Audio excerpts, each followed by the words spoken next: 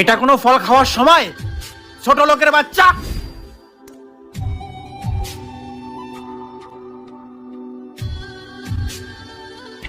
না, এটা তো কথা ছিল না। না না না না, এটা তো আবার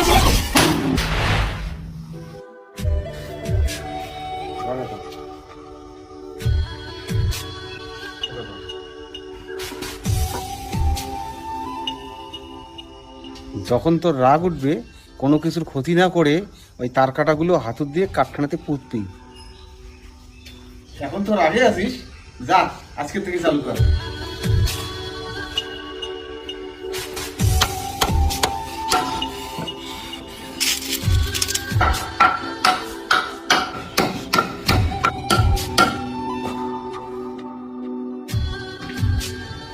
কোথায় গেলাম?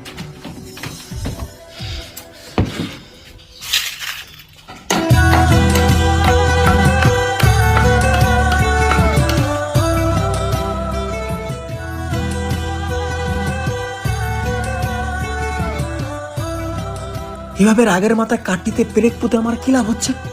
কোনো লাভই তো হচ্ছে না। এত পরিশ্রম সব বৃথা। না, এবার পরিশ্রম না করেই নিজের রাগটা নিজের মধ্যেই কন্ট্রোল করে নেব। হ্যাঁ, কোনো রাগ করবো না আর।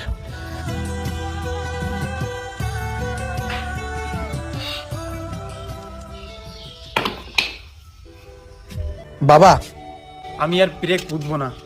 আমি কোনো কিছুতে ক্ষতি না করেই নিজের রাগকে কন্ট্রোল করতে চাই, এবং আমি করতে পেরেছি।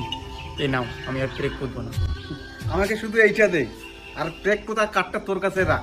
আর তোর যেদিন মনে হবে আমার এক ফোঁটাও রাগ নেই, সেদিন ওই কাঠ থেকে ওই পেক গুলো এটা দিয়ে তুলবি, আর আমাকে ব্যাপারটা জানাবি।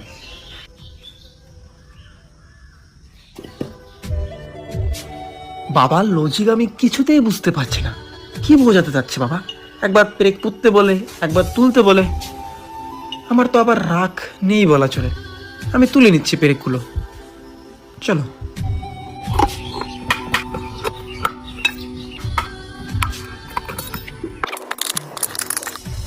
বাবা, আমার মনে হলো যে আমার মধ্যে আর কোনো রাগ নেই, তাই সব তারকাটাগুলো তুলে ফেললাম।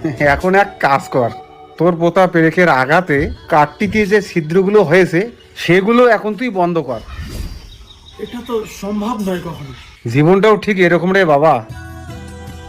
রাগের মাথায় কোনো কিছু করে ফেললে বা কাউকে আঘাত করলে রে বাবা, তার মধ্যে যে ক্ষতর সৃষ্টি হয় সেটা কোনোদিনও ঠিক করা যায় না রে বাবা। তাই যখনই কোনো বিষয় নিয়ে রাগ হবে বা কারো উপর ক্ষুব্ধ হলে তাকেও আঘাত করতে হবে, এটা কোনো যুক্তি নয়। কারো মনে দুঃখ দিয়ে কথা বলা উচিত নয় রে বাবা। রাগের মাথায় কাউকে দুটো কথা বলে নিজের রাগকে থামাতে পারবে, কিন্তু একটা জিনিস মনে রাখবে, সেই তোমার দেওয়া কষ্টটা আর তোমার খারাপ ব্যবহারটা সে সারা জীবন মনে রাখবে। আর কোনো কিছু ভুল করার পর ভুলটা বুঝে লাভ কি? সেটা কেমন হয় বলতো? কারো পেটে ছুরি মেরে মার্ডার করে ফেললাম, পরে বললাম সরি, আমার ভুল হয়ে গেছে। কোনো লাভ নেই। তাই সময় থাকতে বুঝতে শেখো।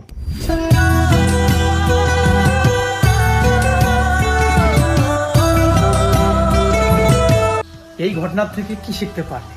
যখন বিশেষ মন খারাপ থাকবে, কারো উপর রাগ হবে, তখন নিজের প্রতি বিশ্বাস হারালে চলবে না, বা কাউকে আঘাত করে নিজেকে সুখ দিলেও চলবে না। নিজের ধৈর্য এবং বুদ্ধিকে কাজে লাগাতে হবে। Thank you.